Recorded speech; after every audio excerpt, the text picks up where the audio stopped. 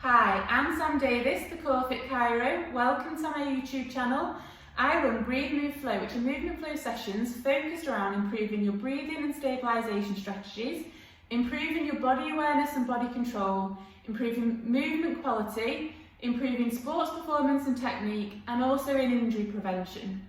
So I always start my flows with connection, posture and breath. So I'm just about to show you the first 15 minutes before every movement flow that I do to work on connection, posture and breath.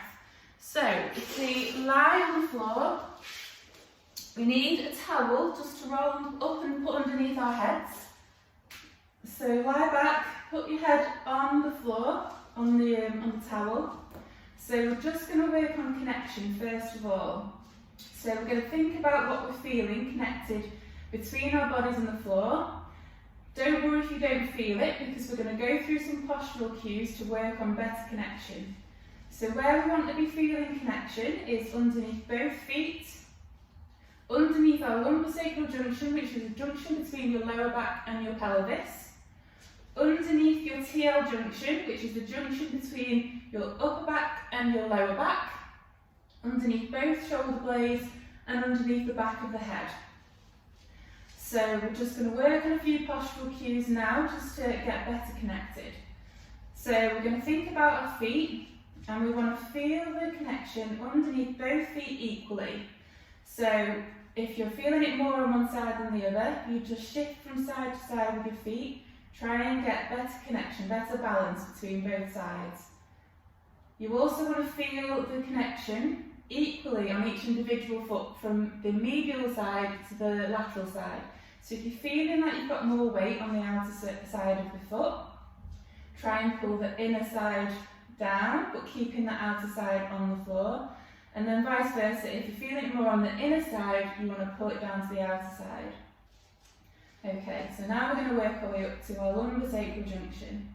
So to get better connection there, what we want to do is do a pelvic tilt. So we're going to tilt our pelvis anteriorly. So we're going to lift our spine away from the floor, and then we're going to reverse the spine down towards the floor. So we're taking our pelvis into a posterior pelvic tilt, and then we're going to go anterior and posterior. So we're going to alternate between those movements. And what we want to do is we want to stop in the midpoint between the two end ranges. And with this, the lower back should be flat on the floor. There shouldn't be a gap underneath there, but you shouldn't be caved into the floor either. And with that, you should feel better connection between your lumbosacral junction and the floor. So now we're going to work our way up to the rib cage and the TL junction. So what we want is for the rib cage and the pelvis to be parallel with each other. What we don't want is for this, for the rib cage and pelvis to be disconnected. So we don't want this open book appearance. So what we want to try and do is to close the pages of the book together. So when we've got this open book, we have this rib flaring, this arch under the spine. So we want to get the ribs and pelvis better connected by closing the book pages and pulling the ribs and pelvis into connection. And you should feel a better connection between your TL junction and the floor now. So now we are going to work our way up to our shoulder blades, and again you should be feeling that equal from side to side. So just try working on which side you're feeling it more on, shifting the weight, try and get a bit more balanced. As well, we want to think about the shoulders. So the shoulders themselves, they want to be in a neutral position, so they don't want to be in this forward, protracted, internally rotated and elevated position. So what we want is for to create slight retraction, external rotation and depression. So as if we're trying to pull the shoulder blades down towards the back pocket on the same side, and that should get the shoulders into a more neutral position. And then we're going to think about the back of the head. So the back of the head wants to be pushed down towards the floor. We want to be looking up towards the ceiling. We don't want any neck extension. We don't want any neck flexion. So it's going to go straight back down, and you should feel the deep neck flexors at the front of the neck more active. And you should now feel better connection underneath both feet, your lumbosacral junction, your TL junction, both shoulder blades and the back of the head. Okay, so now that we're feeling better connected between our bodies and the floor, we're going to think about our breath, and initially we're going to try and get the breath in the right order. So we're going to put one hand on the chest, one hand on the tummy. So when we take a breath in, what wants to happen is the diaphragm wants to go downwards, and that creates intra-abdominal pressure the whole way around. So when we take a breath in, the hand on the tummy should lift. And as you're breathing out, the hand on the tummy should lower. The hand on the chest doesn't want to move anywhere. It's all moving through the abdomen at the moment. So breathe in, feel the hand on the tummy lift. And then lower as you're breathing out.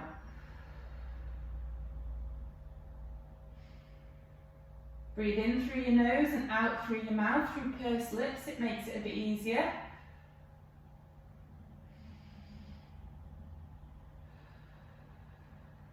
If you're struggling with this at first, don't panic.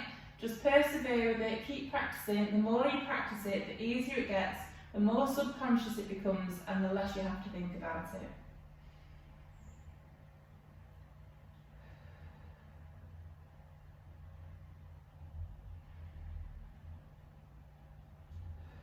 Really focusing on the breath in, lifting the hand on the tummy, and lowering on the breath out.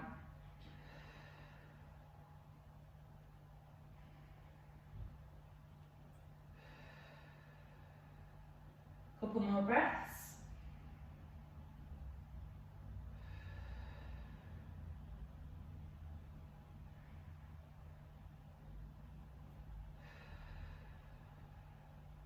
Okay, so now that we've got the breath in the right order, what we want to do is create 360-degree abdominal breathing. So we're going to put our hands around our waists, fingertips into around the bony bits, web of the hand around the sides and thumbs into the back. And what we should feel when we're breathing in is all the muscles underneath the hands expanding and trying to push your hands away the whole way around. So if you're struggling to feel those muscles activate, if you just cough initially, feel the muscles expand, and now try and think about those muscles as you're breathing in. If you need to cough a few times just to wake the muscles up to let your brain know where your muscles are, that's fine. And you want to feel the muscles expand equally from front to back and from side to side. So if there's a bit that you're really struggling with, really try and focus. If you push into that part, so usually people struggle with the back bit, so with the muscles in the back, so grab hold, push into these muscles, cough again, wake the muscles up, and really try and think about those muscles expanding.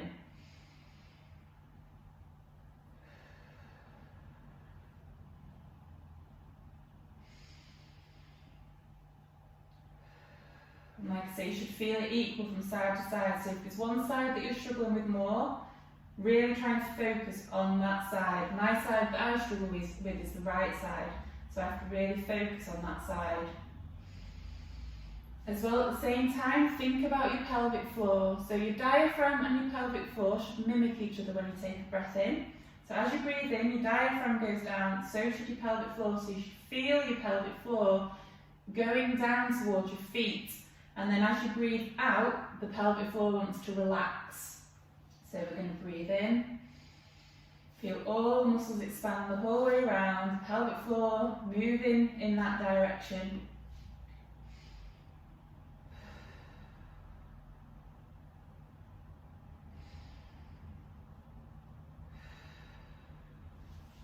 Couple more breaths.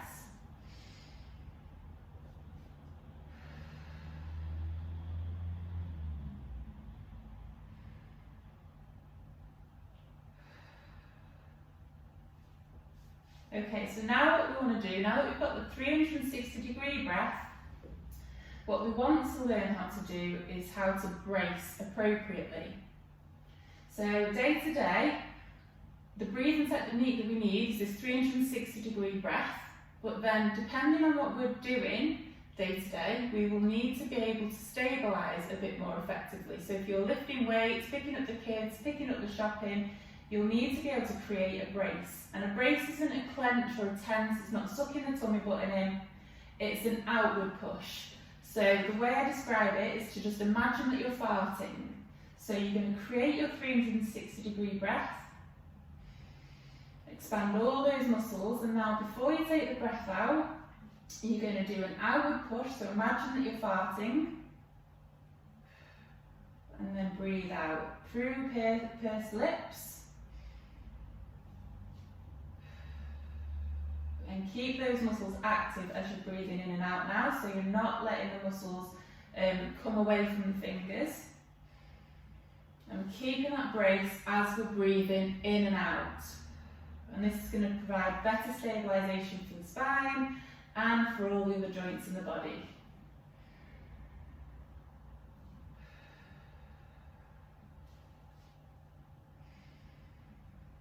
When you're doing this as well, try not to let the shoulders rise forwards, keep them in the neutral position.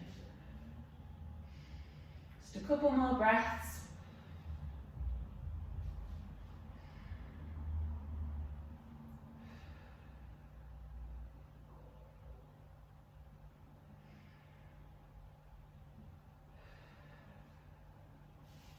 Okay, so fab. So that's how we get better connected, we work on our posture, and then we work on our breath before every movement flow that I do.